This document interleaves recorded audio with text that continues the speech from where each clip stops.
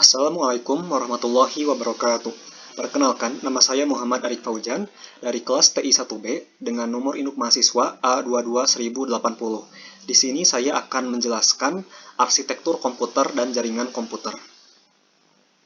Di sesi yang pertama, yaitu arsitektur komputer, sebuah teori tentang arsitektur komputer. Nah, sebelum kita lebih lanjut membahas arsitektur komputer, kita ketahui dulu apa itu komputer.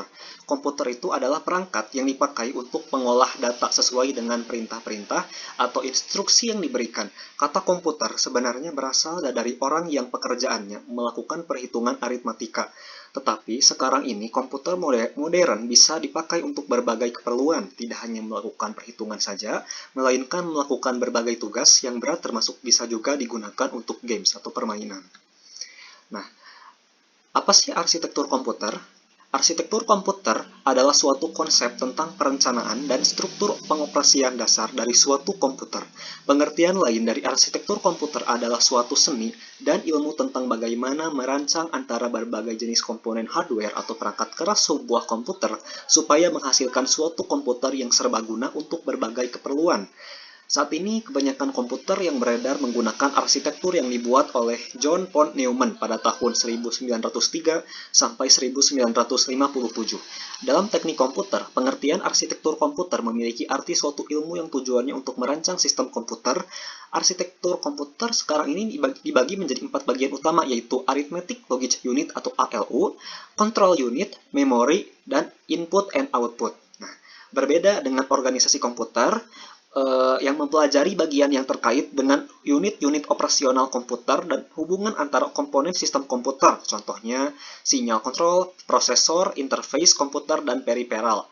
Juga ada teknologi memori yang digunakan. Nah, arsitektur komputer juga mempelajari atribut-atribut ya sistem komputer yang terkait dengan seorang programmer dan memiliki dampak langsung gitu pada eksekusi logis sebuah program. Contoh set instruksi, kemudian ada jumlah bit yang digunakan untuk merepresentasikan bermacam-macam jenis data, misal bilangan, karakter, juga ada aritmetika yang digunakan, teknik pengalamatan, mekanisme input-output. Nah, jadi arsitektur komputer dapat bertahan bertahun-tahun, tapi organisasi komputer dapat berubah sesuai dengan perkembangan teknologi. Nah, pabrik komputer memproduksi sekelompok model komputer yang memiliki arsitektur sama tapi berbeda dari segi organisasinya yang mengakibatkan harga dan karakteristik unjuk kerja yang berbeda. Nah, arsitektur komputer sebagai mesin multi-level. Nah, level adalah suatu tingkatan bahasa dan mesin virtual yang mencerminkan tingkat kemudahan komunikasi antara manusia sebagai pemrogram dengan komponen sirkuit elektronik dalam sebuah komputer sebagai pelaksana instruksi sebuah pemrograman. Bahasa atau level yang terletak paling bawah adalah yang paling sederhana dan dapat diproses dengan cepat oleh mesin komputer, tetapi sulit untuk dipahami oleh manusia. Bahasa atau level yang paling atas adalah yang paling rumit dan mesin akan lebih lama melakukan proses instruksinya karena memerlukan interpreter, tetapi manusia lebih mudah memahami bahasa level tersebut. Arsitektur komputer sebagai mesin 6 level. Pada level 1-3 itu merupakan bahasa mesin bersifat numerik. Program-program di dalamnya terdiri dari bederetan angka yang panjang yang tidak menjadi masalah problem untuk mesin, tapi merupakan persoalan untuk manusia. Mulai pada level 4 bahasa berisi kata atau singkatan yang mempunyai arti bagi manusia.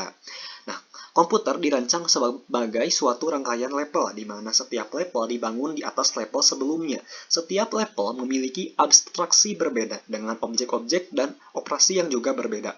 Kumpulan jenis data, operasi, dan sifat dari setiap level disebut arsitektur dari level tersebut. Sifat-sifat yang dipahami oleh programmer seperti berapa besar memori yang tersedia adalah bagian dari arsitektur, sedangkan aspek implementasi seperti jenis teknologi chip apa yang digunakan untuk mengimplementasikan memori bukan bagian dari arsitektur. Nah, untuk klasifikasi arsitektur komputer yang dapat saya rangkum ada klasifikasi komputer menurut von Neumann.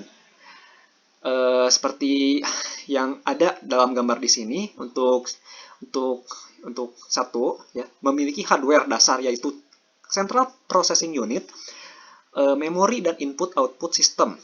Kemudian ada 2.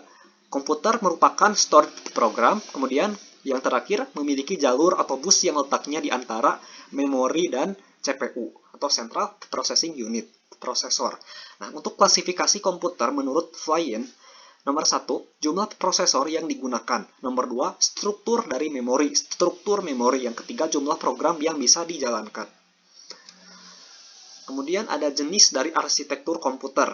Nah, untuk jenisnya sendiri ada komputer MISD. Nah, MISD itu apa? Multiple Instruction Single Data. Itu MISD menggunakan banyak prosesor, dengan setiap prosesor menggunakan instruksi yang berbeda, namun mengolah data yang sama. Hal ini merupakan kebalikan dari model SIMD. Untuk contoh, kita bisa menggunakan kasus yang sama pada contoh model SIMD, namun cara penyelesaian yang berbeda. Pada MISD, jika pada komputer pertama, kedua, ketiga, keempat, dan kelima sama-sama mengolah data dari urutan 1 sampai 100, namun algoritma yang digunakan untuk teknik pencariannya berbeda di setiap prosesor. Sampai saat ini belum ada komputer yang menggunakan model MISD. Kemudian selanjutnya ada MIMD Computer. Apa itu? Singkatan dari apa sih? Yaitu Multiple Instruction Multiple Data. Ini menggunakan banyak prosesor, dengan setiap prosesor memiliki instruksi yang berbeda dan mengolah data yang berbeda. Namun banyak komputer yang menggunakan model MIMD juga memasukkan komponen untuk model SIMD. Beberapa komputer yang menggunakan model MIMD adalah IBM Powers, HP atau Compaq Alpha Server, Intel IA32, AMD Opteron, Cray XT3, dan IBM BGL. Kemudian selanjutnya ada ISD Computer, atau singkatan dari Single Instruction Single Data, adalah satu-satunya yang menggunakan arsitektur von Neumann. Ini dikarenakan pada model ini hanya digunakan satu prosesor saja. Oleh karena itu, model ini bisa dikatakan sebagai model untuk komputasi tunggal. Sedangkan ketiga model lainnya merupakan komputasi paralel yang menggunakan beberapa prosesor. Beberapa contoh komputer yang menggunakan model SISD adalah Unipac 1, IBM 360, CDC 7600, Cray 1, dan PDP 1. Kemudian selanjutnya ada SIMD arsitektur, singkatan dari Single Instruction Multiple Data. Ini menggunakan banyak prosesor dengan instruksi yang sama, namun setiap prosesor mengolah data yang berbeda. Sebagai contoh, kita ingin mencari angka 27 pada deretan angka yang terdiri dari 100 angka, dan kita menggunakan 5 prosesor. Kemudian, faktor yang memengaruhi arsitektur komputer ada manfaat dari arsitektur komputer, yaitu applicability, malleability, expandability, dan compatible. Kinerja sistem. Untuk mengukur seberapa bagus kinerja sistem, ada beberapa program yang dijadikan standar dalam pengukuran kinerja komputer, seperti berikut ini. Ada MIPS, MFLOP, ada PUP. Ukuran kinerja untuk input-output sistem, ada sistem operasi bandwidth, operasi input-output per detik. Untuk ukuran kinerja untuk memori komputer, ada memory bandwidth, waktu akses memori, ada ukuran besar memori. Untuk biaya sistemnya sendiri, faktor yang ketiga, ini mengenai biaya sistem yang bisa diukur dengan beberapa cara. Ada reliabilitas komputer, kemudahan dalam perbaikan, konsumsi daya listrik, berat hardware, perangkat keras, kekebalan, dan juga interface sistem software. Nah, sesi yang kedua yaitu jaringan komputer. Apa sih jaringan komputer? Jaringan komputer adalah dua atau lebih perangkat komputer yang saling terhubung atau terkoneksi antara satu dengan yang lain, dan digunakan untuk berbagai sumber data. Setiap titik akhir dalam suatu jaringan memiliki tanda pengenal yang biasa disebut dengan alamat IP atau alamat Media Access Control. Endpoint dapat mencakup server, komputer, telepon, dan perangkat keras atau hardware jaringan yang lain. Jaringan komputer atau JARCOM dapat dibuat dengan menggunakan gabungan dari teknologi kabel dan wireless. Jaringan dapat bersifat private maupun publik. Dalam penggunaan jaringan, private biasanya memerlukan akses user, pengguna untuk memasukkan kredensial berupa kata sandi yang dimasukkan secara manual oleh administrator atau diperoleh langsung oleh pengguna. Untuk penggunaan jaringan publik seperti internet tidak membatasi suatu akses. Kemudian jenis-jenis jaringan komputer ada, ini berdasarkan area. Yang pertama ada PAN atau Personal Area Network. Jenis jaringan ini mencakup wilayah yang lebih kecil, misalnya saja pada kantor dan rumah. Biasanya banyak digunakan hanya untuk keperluan internet seperti printer dan tidak memerlukan resources yang besar untuk menggunakan jaringan PAN. Kemudian ada Local Area Network. Nah, jaringan LAN ini berfungsi untuk menghubungkan perangkat jaringan dalam kondisi jangkauan yang relatif kecil. Contoh penerapan jaringan LAN yaitu sistem jaringan pada sekolah, kantor, maupun rumah. Banyak orang yang cenderung menggunakan konektivitas tertentu, terutama pada token ring dan Ethernet. Selain itu, LAN juga menyediakan teknologi jaringan wireless dengan menggunakan Wi-Fi dan lebih dikenal dengan WLAN atau Wireless Local Area Network. Kemudian yang ketiga ada CAN atau Campus Area Network. Jaringan CAN itu dapat dibilang memiliki kesamaan dengan MAN, namun lebih terbatas dalam ruang lingkup kampus atau akademisi. Untuk jaringan ini lebih banyak digunakan untuk keperluan praktek lab, email, pembaruan kelas, dan lain sebagainya. Kemudian ada MAN atau Metropolitan Area Network, yaitu jaringan yang menghubungkan antara satu perangkat komputer dengan perangkat yang lain dalam ruang lingkup kota pada jaringan yang sama. Jenis jaringan ini lebih besar dari jaringan LAN. Kemudian ada WAN atau Wide Area Network, merupakan kumpulan dari LAN yang tersebar secara geografis. Jaringan WAN cenderung untuk menggunakan teknologi seperti ATM, X25, serta frame relay untuk konektivitas jarak yang lebih jauh lagi. Kemudian ada internet. Nah, interconnected networking adalah jaringan komputer terbesar yang pernah diciptakan oleh manusia. Ruang lingkup dari internet mencakup hampir seluruh penjuru dunia. Siapapun dapat mengakses berbagai sumber informasi dalam berbagai perangkat komputer seperti personal komputer, smartphone, laptop, tablet, TV, dan lain sebagainya. Kemudian ada VPN, merupakan salah satu solusi untuk menyediakan koneksi internet yang lebih aman. VPN dapat membuat jalur aman untuk kebutuhan transmisi data. Saat ini banyak sekali platform yang menjual VPN secara gratis maupun menyediakan akses premium. VPN itu Virtual Private Network. Nah, kemudian jenis-jenis jaringan komputer berdasarkan jenis transmisi. Ada broadcast. Jaringan broadcast merupakan saluran komunikasi tunggal yang digunakan secara bersama-sama oleh beberapa perangkat yang saling terkoneksi ke jaringan yang sama. Paket merupakan pesan berukuran kecil yang dikirim oleh suatu mesin menuju mesin yang lainnya. File dari alamat berisi keterangan mengenai kepada siapa tujuan paket tersebut akan dikirimkan. Apabila paket tersebut tertuju kepada dirinya, maka akan segera diproses. Jika paket terkirim ke mesin yang lain, maka mesin otomatis akan mengabaikannya. Kemudian ada point-to-point. Jenis yang kedua adalah jaringan point-to-point, tersusun atas beberapa koneksi pasangan individu dari satu perangkat menuju perangkat yang lain. Untuk dapat mengirim sebuah paket ke tujuan alamat, maka perlu untuk melewati beberapa mesin perantara, sehingga seringkali akan melewati banyak route yang kemungkinan berbeda jarak. Oleh karena itu, algoritma route sangat memegang peranan penting pada jaringan ini. Nah, untuk topologi jaringan komputer sendiri, ada topologi bus, yang merupakan topologi yang mempunyai kabel tunggal yang masing-masing workstation dan server saling terhubung. Kelebihan dari topologi bus sendiri yaitu ketika melakukan pengembangan jaringan dan workstation baru, akan tetapi tidak mengganggu workstation yang lain. Kekurangan yang dimiliki adalah ketika kabel mengalami kerusakan atau putus, maka akan mengalami gangguan pada keseluruhan jaringan. Untuk topologi bus ini seperti ini gambarnya. Kemudian ada topologi cincin atau ring, merupakan topologi yang terbentuk ketika semua perangkat terhubung, sehingga menyerupai cincin atau berpola lingkaran. Jadi setiap workstation akan menerima informasi dari suatu perangkat ke perangkat lain. Kelebihan dari topologi ini adalah tidak akan terjadi collision atau tabrakan antar data, sedangkan kekurangan dari topologi ini adalah jika salah satu node mengalami permasalahan, maka keseluruhan jaringan akan mengalami gangguan. Untuk topologi ring seperti ini. Kemudian ada topologi star atau bintang, merupakan topologi yang masing-masing workstation memiliki jalur yang terhubung langsung melalui server atau hub.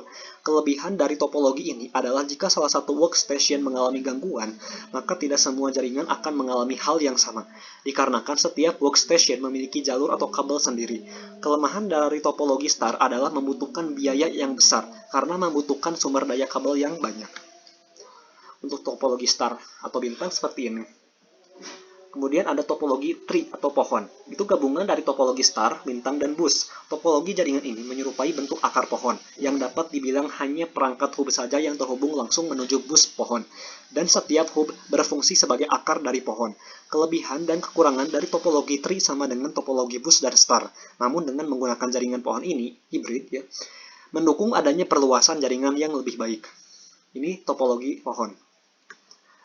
Kemudian yang terakhir ada topologi mesh. Sering dipakai ketika terdapat suatu kondisi di mana tidak adanya hubungan komunikasi yang terputus secara absolut antar node dalam sebuah jaringan komputer.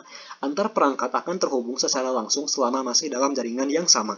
Kelebihan dari topologi mesh adalah komunikasi antar komputer yang lebih cepat serta keamanan security yang lebih terjamin. Kekurangan dari topologi mesh adalah memerlukan biaya yang lebih besar dalam penyediaan kabel. Untuk gambarnya seperti ini, topologi mesh. Nah, untuk macam-macam perangkat jaringan komputer ada beberapa, yaitu server. Server itu berfungsi sebagai tempat atau media untuk menyimpan informasi serta mengelola jaringan komputer. Server memiliki spesifikasi yang lebih tinggi dari klien, karena tujuan dari dibuatnya server memang untuk melayani komputer klien. Kemudian ada niche atau network interface card, yang disebut juga dengan LAN card expansion board yang digunakan supaya komputer dapat terhubung dengan jaringan. Ethernet terbagi menjadi 4 jenis, yaitu Ethernet 10 Mbit per detik, Fast Ethernet 100 Mbit per detik, Gigabit Ethernet 1000 Mbit per detik, dan tenging atau 1000 meter Mbit per detik. Nah, untuk kabel jaringan, kabel merupakan media untuk menghubungkan satu perangkat dengan perangkat yang lain. Terdapat beberapa jenis kabel untuk pembuatan saluran jaringan, di antaranya adalah kabel koaksial, fiber optik, dan twist pair. Kemudian ada yang keempat, hub dan switch. Switch merupakan perangkat jaringan komputer yang berfungsi untuk menghubungkan beberapa komputer. Secara fisik, bentuk dari switch sama dengan hub, namun jika dilihat dari sisi logika, switch sama dengan bridge. Switch memiliki dua tipe, yaitu unmanaged switch yang merupakan tipe termurah dan managed switch yang merupakan tipe termahal. Nah, kemudian ada router. Router adalah perangkat Jarcom yang berfungsi untuk menghubungkan jaringan LAN ke dalam suatu jaringan WAN, serta mengelola lalu lintas dari data di dalamnya. Router dapat menentukan jalur terbaik karena memiliki tabel routing untuk melakukan pencatatan terhadap semua alamat dalam jaringan. Kemudian ada bridge. Bridge adalah sebuah piranti yang digunakan untuk meneruskan lalu lintas antara segmen jaringan berdasarkan informasi pada sebuah data link. Bridge juga memiliki fungsi untuk membagi jaringan yang besar menjadi beberapa jaringan kecil. Kemudian ada modem. Modem merupakan perangkat yang digunakan untuk menghubungkan antara perangkat komputer dengan penyedia layanan internet atau disebut juga dengan Internet Service Provider, ISP. Kemudian ada repeater, adalah suatu perangkat yang berfungsi untuk memperkuat dan meregenerasi jaringan dan sinyal yang masuk. Repeater berusaha untuk mempertahankan integritas dari sinyal jaringan. Kelemahan dari repeater sendiri adalah tidak dapat melakukan filter trafik dalam jaringan. Dan yang terakhir ada wireless card. Ini merupakan perangkat yang wajib digunakan apabila Anda ingin terhubung dalam jaringan nirkabel. Rata-rata komputer dan jenis terbaru sudah menggunakan perangkat yang mendukung wireless card, namun Anda juga bisa menambahkannya sendiri pada komputer Anda. Nah, manfaat dari Jarcom itu satu, untuk berbagi dokumen, untuk menjaga dan memanajemen keamanan data, memudahkan dalam berkomunikasi, dan juga menyampaikan informasi secara cepat. Dampak negatifnya apa sih? Biaya network, kemudian biaya manajemen dan maintenance atau perawatan, aktivitas sharing yang tidak diinginkan, ancaman keamanan jaringan. Sekian paparan yang dapat saya sampaikan. Mohon maaf apabila ada kekurangan maupun kesalahan. Wabillahi taufik wal hidayah. Wassalamualaikum warahmatullahi wabarakatuh.